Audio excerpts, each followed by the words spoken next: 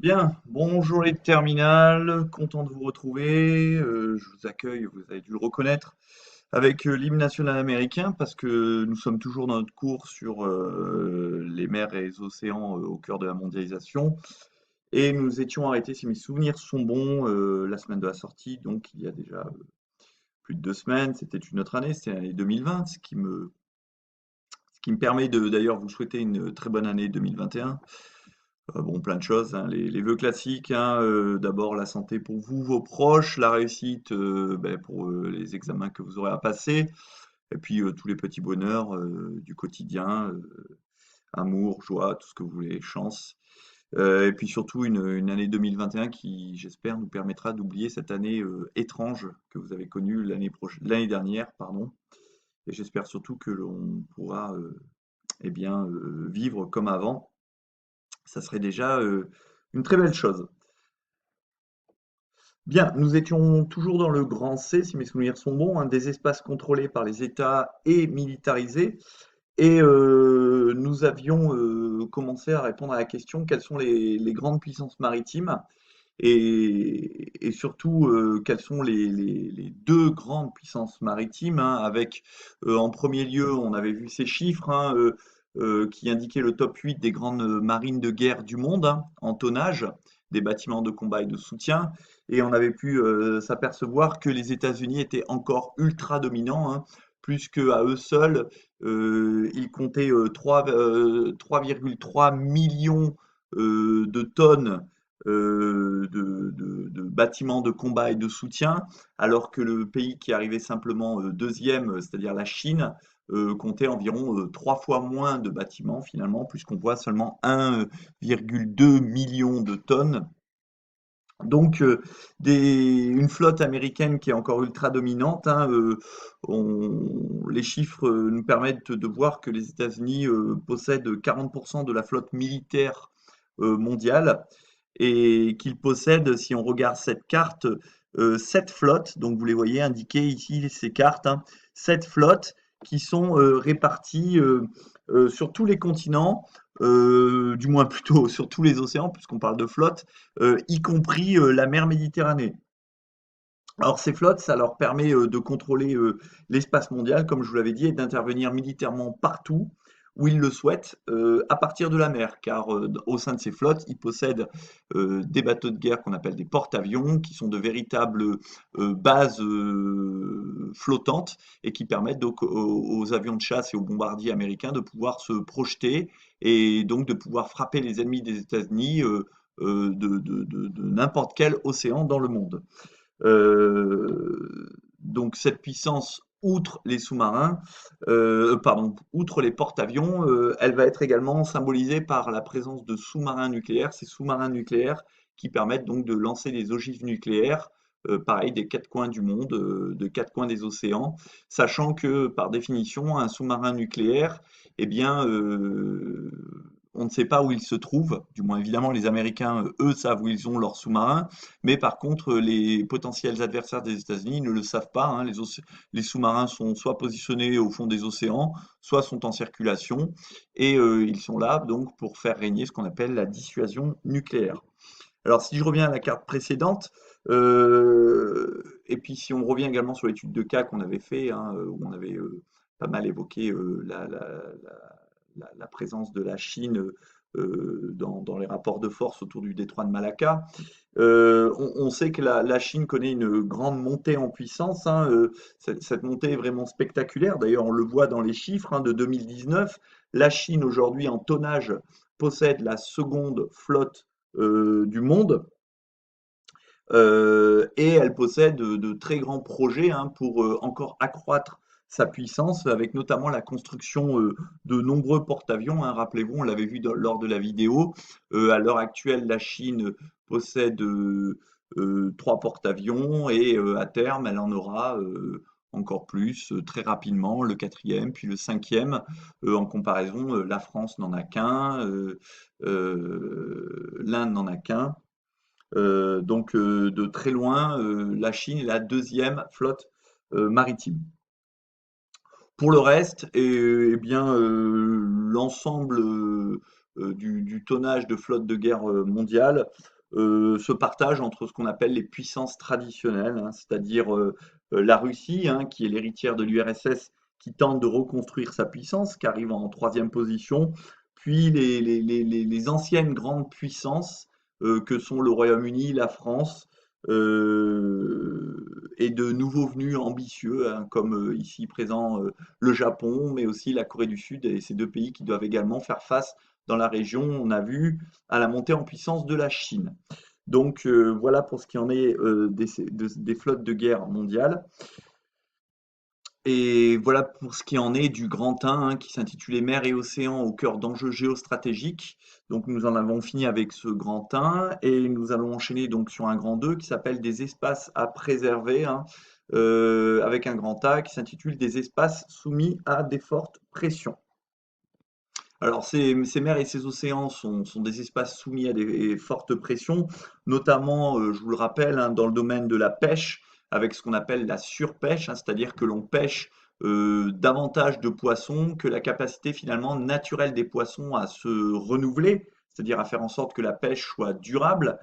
Si l'on pêche finalement plus de poissons que ce que permet la nature comme renouvellement naturel, eh bien vous comprenez que dès lors qu'à terme, eh bien, la ressource risque de s'épuiser.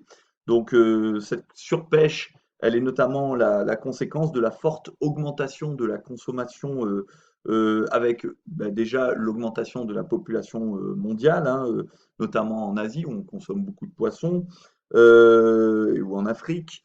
La littoralisation des activités, des habitants, donc s'ils habitent sur les littoraux, eh bien, ils vont consommer les ressources halieutiques à proximité de ces littoraux, donc ils vont consommer des protéines animales d'origine liée à la pêche, en quelque sorte. Euh, cette surpêche également est la conséquence des changements d'habitudes alimentaires. Par exemple, je ne sais pas, rien que pour la France, il y a 20-30 ans, on ne consommait pas des sushis, qui est une habitude alimentaire japonaise et qui, par le biais de la mondialisation, est arrivée dans l'Occident et dorénavant, on trouve des restaurants de sushis dans toutes les agglomérations françaises de taille moyenne et importante. Et donc forcément, pour alimenter ces restaurants par exemple de sushi, eh bien, il faut pêcher davantage de poissons. Donc il y a un changement des habitudes alimentaires. Et aujourd'hui, on estime que 60% des espèces capturées sont à la limite de leur capacité de renouvellement, c'est-à-dire que sont sous pression et risquent à terme de disparaître puisqu'elles ne peuvent pas se renouveler aussi vite qu'elles sont consommées. Alors, autre conséquence de la pression que subissent les mers et les océans, c'est évidemment les pollutions diverses. Alors, ces pollutions diverses, euh, elles sont dues déjà au rejet terrestre, hein, au rejet des êtres humains, hein. Tout ce qui est par exemple pesticides finit par arriver dans les océans et provoque par exemple en Bretagne les algues vertes, hein, on en reparlera. La pollution plastique, donc on parle ici, et vous le voyez illustré par cette image, de la présence d'un septième continent dans l'océan Pacifique Nord. Donc vous en avez peut-être entendu parler, hein. Ce septième continent, il a été découvert en 1997, on vous dit, par un océanologue qui s'appelle Charles Moore. Il est situé entre Hawaï et la Californie et il fait environ 3,5 millions de kilomètres carrés, ce qui est 6 fois la France. Et on vous dit il est composé à 80-90% de plastique provenant des continents. Donc ici, vous voyez des bouteilles, des bidons, des sachets plastiques, des filets de pêche qui sont abandonnés, qui sont perdus, qui finissent par s'agglomérer et former, vu du ciel, en quelque sorte un continent. Et au milieu de ces gros déchets que vous voyez, le plus dangereux finalement, c'est la multitude de microplastiques qui sont inférieurs à 5 mm, qui sont quasiment invisibles et qui, comme ils sont colonisés par des algues, finissent par avoir un goût, une odeur et finissent par être ingérés par les poissons et finissent finalement à terme par se retrouver dans notre alimentation, puisqu'on l'a vu précédemment, nous consommons énormément de poissons. Euh, ici, Vous voyez différents continents plastiques, hein, parce qu'on parle du septième continent qui à l'origine était celui-ci, hein, mais des continents plastiques, en fait, il en existe plusieurs, hein, y compris dans l'océan Atlantique, entre l'Amérique, l'Europe et l'Afrique, entre le Brésil et l'Afrique, dans l'océan Indien, au sud également de l'océan Pacifique. Et comme il vous est dit ici, hein, ça menace à terme la biodiversité marine, car ils constituent, ce que je vous ai dit, des leurres pour la faune marine qui va les confondre avec leur alimentation, qui vont les ingérer. Par exemple, les tortues confondent les sacs plastiques qui flottent dans l'eau avec des méduses. Or, elles consomment beaucoup de méduses et elles finissent par ingérer des sacs plastiques, ce qui, à terme, va évidemment leur provoquer de nombreux problèmes et finalement provoquer leur mort. Alors ici, vous avez justement à travers ce diaporama assez horrible d'ailleurs, quelques illustrations des conséquences de la pollution plastique. Donc si ça peut aussi bah, vous sensibiliser, hein, le moindre geste peut avoir son utilité, hein, lorsque l'on trie, par exemple, aujourd'hui nos poubelles, c'est justement pour éviter qu'un jour, eh bien, les sacs plastiques que vous rejetez finissent eux aussi par les océans. Donc vous voyez les conséquences, hein, un phoque qui peut se retrouver complètement coincé dans un filet. Ici, une tortue qui est en train justement de manger un sac plastique. Ici, c'est assez choquant d'ailleurs, vous voyez l'intérieur d'un oiseau de mer, un oiseau marin, sans doute une frégate, qui est morte. Et vous voyez, l'intérieur de son estomac, en fait, était bourré de morceaux de plastique. Et ici, bah, vous voyez une plage où est en train de grandir un oisillon, hein, d'oiseaux de mer, et on voit comment cette plage est envahie de déchets plastiques. Donc, des fois, vous suivez des émissions à la télé de télé-réalité type koh, on voit un peu la vision idyllique, etc., de ces îles tropicales. Mais en fait, quelles que soient ces îles tropicales, en fait, on trouve de partout des déchets plastiques. Même dans les îles qui sont perdues au milieu de l'océan, eh bien, vous allez trouver des déchets plastiques qui viennent parfois de milliers de kilomètres, qui dérivent à cause des courants marins et qui finissent évidemment par provoquer de très fortes pollutions des océans et des conséquences sur la biodiversité. Donc justement, ces menaces sur la biodiversité, elles sont donc très nombreuses et retenez quand même que 80% de la pollution des océans est d'origine terrestre, donc nous n'y sommes pas pour rien. Cependant, il y a aussi une pollution qui est due directement à la navigation, hein, notamment par le biais ce qu'on appelle les dégazages, hein, c'est-à-dire que les navires qui circulent en mer vont, par exemple, nettoyer leurs cuves dans les océans, hein, donc on va se retrouver avec des restes d'hydrocarbures dans les océans. Et puis vous savez également que malheureusement, régulièrement, il arrive pardon, ce qu'on appelle des marées noires qui sont la conséquence, par exemple, de la collision d'un navire qui transporte du pétrole, donc un pétrolier, avec des rochers, et donc le navire va s'échouer, sa coque va s'ouvrir et libérer son pétrole qui va recouvrir les côtes et provoquer d'importantes pollutions. Enfin, dernière pollution qui est une conséquence. Alors, c'est pas vraiment une pollution, c'est plus une conséquence du changement climatique. Ce qui se passe, il y a ce qu'on appelle une modification chimique des mers et des océans. On dit que les mers et les océans sont en train de s'acidifier, donc elles deviennent de plus en plus acides.